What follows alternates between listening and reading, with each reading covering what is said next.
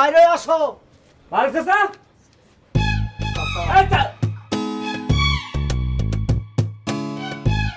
কিরে বজলু ঠাটা, চিকুর পারতেছিলি মনে হচ্ছে। এখনো মনে হচ্ছে, তা তো হবেই। কানও মনে গেছে, বয়স তো কম হয়নি। তো এত জোরে জোরে যে চিকুর পারতেছি, গিরাজ হচ্ছে না। আমাকে ডেকেছিস? কই, আমার তো মনে কয় যে বারেক চাচা বলে চিকুর পারতেছিলি। নিজের নামটাও ভুলে গেছো বারেক চাচা, তুমি তো ভীমরাতের পর্যায়ে বোঝা গেছাও। তাই তো, আমি তো ভুলেই গেছিলাম। আমার নামই তো আব্দুল বারেক। কি করবো ক, তোরাই তো আমার অরিজিনাল নামটা ভুলে দিয়েছিস। তোমার ডুপ্লিকেট নামটা ভুলে দেবো না, এমনকি তোমার বাবার নামটাও। তোমার সাথে বোঝাপড়া আছে, আসো আমার সাথে। লো চলো দেখি চল, তুই আর নতুন কি বোঝাপড়া আমার সাথে করবি, চল। হ্যাঁ চলো বুঝাপড়া চলো। এই বিপদ নিয়ে আয়, চলো।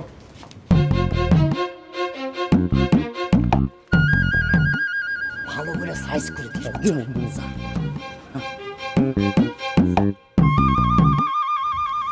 তাড়াতাড়ি এসো, মনে হয় কবিগুরু রবীন্দ্রনাথের মতো হাঁটা শুরু করেছে। চলো।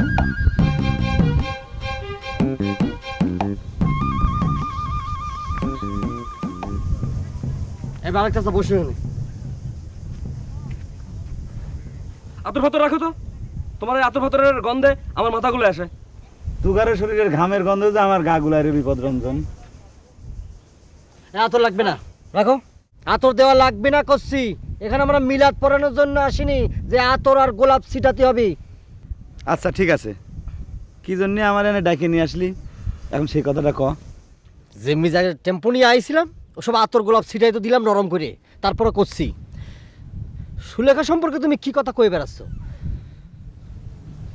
সুলেখা? সুলেখা?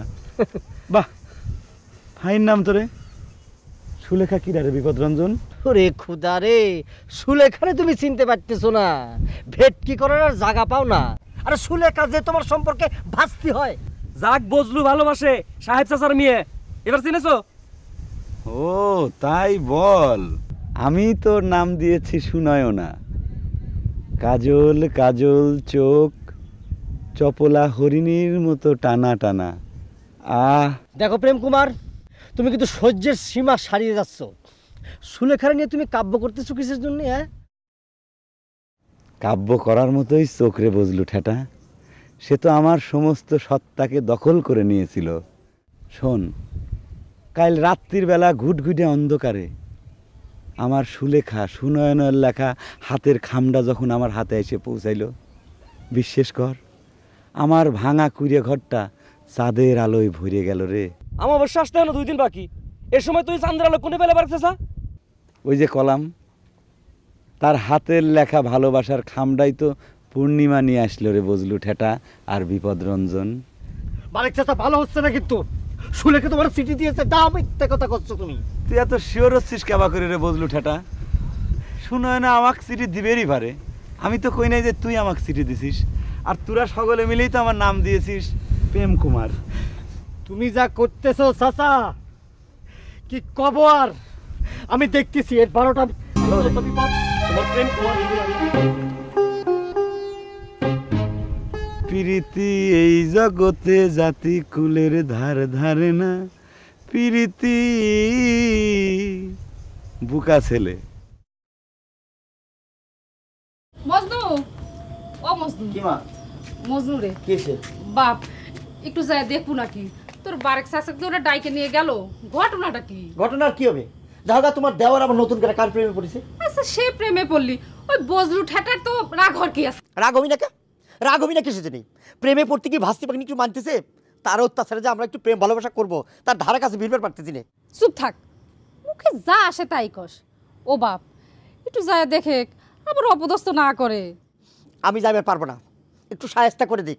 চুলদারি পাইকে সাদা হয়ে গেছে, বুঝে বসে ভীমরতি ধরেছে। গ্রামের সব মেয়েগুলোর সাথে একলাই প্রেম করবি, আমার কোনো চান্সই নাই। এত করে করছি ভাই, বিয়ে কর বিয়ে কর বিয়ে কর, কিডা শুনে কার কথা?